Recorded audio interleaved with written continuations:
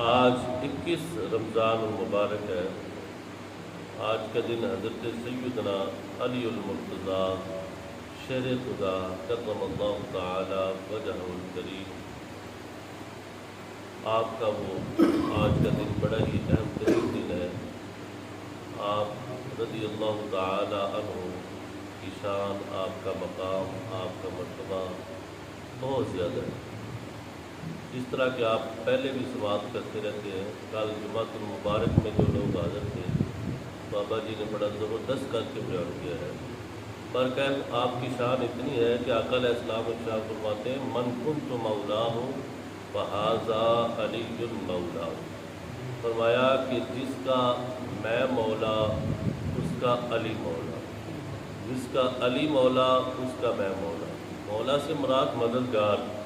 فرمایا جس کا میں مددگار ہوں اس کا علی بھی مددگار ہے، اور جس کا علی مددگار ہے اس کا میں بھی مددگار ہوں۔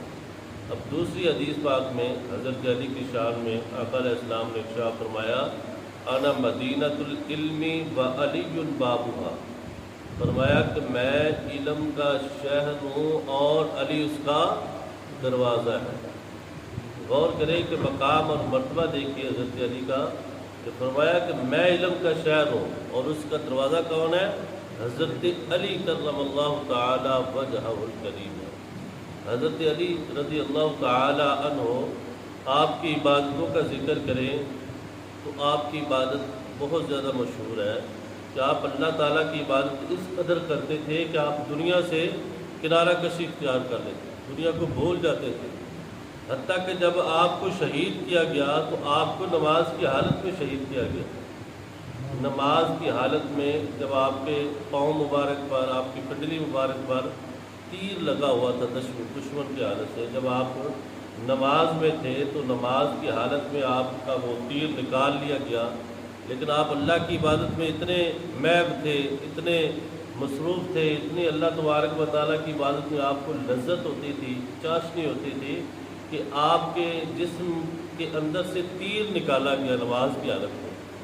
لیکن جب آپ نے سلام پھیرا تو آپ سے سوال کیا گیا تو آپ نے کہا کہ مجھے تو خبر ہی نہیں ہوتی، اتنی عبادت کرتے تھے۔ اس لیے ہمیں بھی اسی طرح جس طرح ہمارے اسلاف، ہمارے بزرگان دین، صحابہ کرام نے عبادت کی ہے، ہمیں بھی اسی طرح ہی کوشش کرنی چاہیے عبادت کرنے کی۔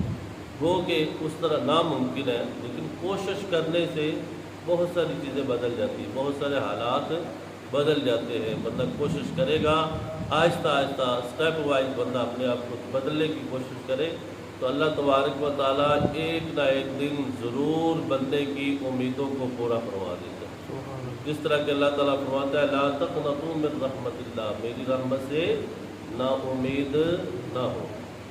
آج جو دو تین باتیں عرض کرنی ہے وہ یہ ہے کہ قرآن پاک جب ہم پڑھتے ہیں تو قرآن پاک کے کچھ آداب ہیں۔ چاہے کوئی بھی قرآن پاک پڑھے اس کے لیے آداب ہے، اس طریقے کے مطابق اسے پڑھے گا تو پھر اسے ثواب ملے گا، پھر اس کی زبان میں تحسین بھی آئے گی، اس کے چہرے پر نور بھی آئے گا۔ اگر وہ اس طریقے سے ہٹ کر پڑھتا ہے، قرآن پاک کو صحیح طریقے سے نہیں پڑھتا، قرآن پاک کے جو آداب ہیں ان کو ملحوظ خاطر نہیں رکھتا، تو پھر وہ جتنی دیر مرضی پڑھتا رہے اس کا فائدہ نہیں ہے۔ قرآن پاک کے آداب میں یہ شامل ہے کہ جب بھی قرآن پاک پڑھا جائے تو قرآن پاک سر ڈھانپ کر پڑھنا چاہیے۔ سر کے اوپر کوئی کپڑا، کوئی ٹوپی، کوئی رومال وغیرہ رکھ کر ڈھانپ کر سر قرآن پاک کی تلاوت کی جائے، اور قرآن پاک پڑھنے سے پہلے تعوذ اور تسمیہ یعنی اعوذ باللہ من الشیطان الرجیم اور بسم اللہ الرحمن الرحیم یہ پڑھنا ضروری ہے۔ اور اسی طرح قرآن پاک کو ٹھہر ٹھہر کر آرام کے ساتھ اور اتنی تسلی کے ساتھ پڑھیں کہ آپ کو خود معلوم ہو جائے کہ میرے تلفظ اب صحیح ادا ہو رہے ہیں۔ ورتل القرآن ترتیلا، اللہ تعالیٰ قرآن پاک میں کیا فرمایا، قرآن پاک کو خوب ٹھہر ٹھہر کر پڑھو، اور اتنا قرآن پاک یاد کرنا، اتنا قرآن پاک صحیح درست تلفظ کے ساتھ یاد کرنا ہر بندے کے اوپر فرض ہے، جتنا ہم نماز میں پڑھتے ہیں۔ اگر ہم قرآن پاک کو صحیح نہیں پڑھتے تو گناہ گار ہیں بندے۔ نماز، وہ اپنی نماز کی طرف بندہ غور کرے کہ اس کی نماز کس طرح کی ہے۔ جو نماز کے اندر وہ قرآن شریف پڑھ رہا ہے، سورۃ الفاتحہ پڑھ رہا ہے، سورہ اخلاص پڑھ رہا ہے یا دیگر آیات پڑھ رہا ہے، تو اپنے غور کرے نا کہ اس کا تلفظ صحیح ہے تو پھر اسے ثواب ملتا رہے گا، اگر تلفظ نہیں صحیح ہے تو میرے بھائی الٹا گناہ ہو جاتا ہے، اور گناہ بھی بہت زیادہ ہو جاتا ہے، جس سے کفریہ جملے نکل جاتے ہیں۔ جس طرح کے ایک دو میں مثالیں دیتا ہوں۔ یہ سورۃ الاخلاص ہے، یہ شروع ہوتی ہے قل هو اللہ احد، جہاں پر جو قاف ہے یہ دو نقطوں والا قاف ہے۔ اب اس کو تھوڑا سا بریک کر دیں گے، دوسرا کاف لگا دیں گے، کاف کینچی والا یا کاف کتاب والا، اس کو کر دیں گے کل۔ اب کل کا معنی تھا کہہ دو کہ وہ اللہ ایک ہے، یا فرما دو وہ اللہ ایک ہے۔ اب اگر بریک کاف لگائیں گے تو اس کا معنی یہ ہو جائے گا کھاؤ اللہ ایک ہے۔ غور کریں کہ صرف تھوڑا سا ادائیگی میں فرق ہے، قاف اور کاف، بریک ایک بریک ہے اور ایک کو تھوڑا سا پر کر کے موٹا کر کے پڑھنا ہے، لیکن معنی میں دیکھیں کتنا فرق آ گیا، زمین آسمان کا فرق ہے۔ کہ وہاں پر تو یہ کہا گیا تھا کہ کہہ دو وہ اللہ ایک ہے، اب یہاں پہ کہہ رہے ہیں کہ کھا لو وہ اللہ ایک ہے، اب کتنا فرق ہو گیا۔ اس طرح ایک اور ہے لقد من اللہ علی المؤمنین، لقد، اب یہ دیکھیے یہ جملہ چھوٹا سا ہے لقد۔ اب پڑھنے میں کیا کرتے ہیں ہم، اکثر لوگ پڑھ جاتے ہیں لاقد، لقد کا معنی تھا تحقیق، اور جو ہم نے کہا تھا لا اس کا معنی نہیں، تحقیق اور نہیں میں فرق ہو گیا۔ تحقیق تو اس لیے کی جاتی ہے کہ تحقیق ہم نے آپ کی طرف رسول بھیجا، مومنوں کی طرف ہم نے رسول بھیجا۔ اب یہاں پہ اللہ تبارک و تعالیٰ بے شک کا معنی کر رہا ہے، تحقیق کا معنی بے شک بھی ہے کہ ہم نے جو رسول بھیجا ہے وہ بڑا اعلیٰ قسم کا رسول ہے، اس کا مقام بڑا، مرتبہ بڑا ہے۔ تحقیق ہم نے بھیجا، بے شک ہم نے، کوئی شک نہ کرے اس کے اندر۔ اب جب اس کو ہم نے تھوڑا سا لمبا کیا، لاقد کیا، تو اس کا معنی بن جائے گا نہیں ہم نے بھیجا۔ اب کتنا فرق آ گیا، بھیجنا اور نہ بھیجنا، بے شک، تحقیق اور نہیں میں کتنا فرق آ گیا۔ یہ چھوٹی چھوٹی غلطیاں ہوتی ہیں جو ہم غلطیاں کرتے ہیں، اس لیے قرآن پاک بڑے ہی احترام کے ساتھ پڑھیں۔ قرآن پاک آپ کو نہیں آتا لیکن آپ قرآن پاک کو دیکھنا بھی ثواب ہے، قرآن پاک کو ہاتھ لگانا بھی ثواب ہے، چومنا بھی ثواب ہے، کوشش کریں سیکھنے کی۔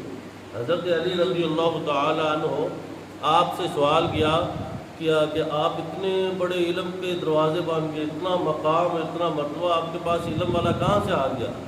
آپ نے کہا کہ میں لوگوں سے سوال کرتا، سوال کر کر کے اللہ تعالیٰ نے مجھے اس منصب پر فائز کر۔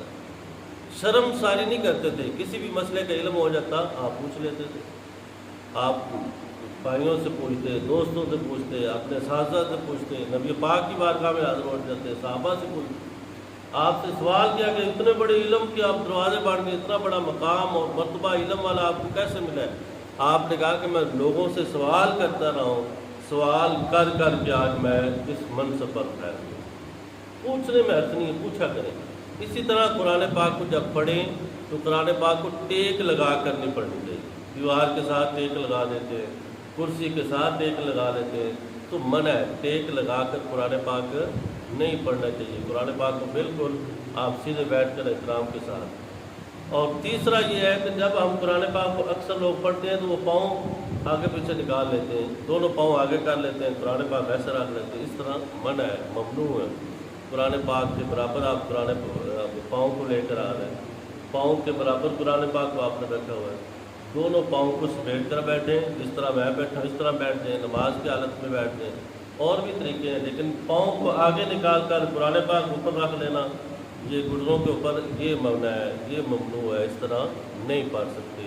ہاں کوئی زبانی قرآن پاک پڑھ رہا ہے تو وہ پڑھ سکتا ہے، اس کو اجازت ہے، وہ بھی اتنی اجازت ہے کہ وہ اپنے پاؤں کے اوپر کوئی کپڑا رکھے، کپڑا رکھ کر وہ پڑھ سکتا ہے، یا دونوں پاؤں کو ایسے کر کے اور دونوں گھٹنوں کو اوپر اٹھا کر وہ پڑھ سکتا ہے۔ اس طرح ممنوع ہے قرآن پاک کو۔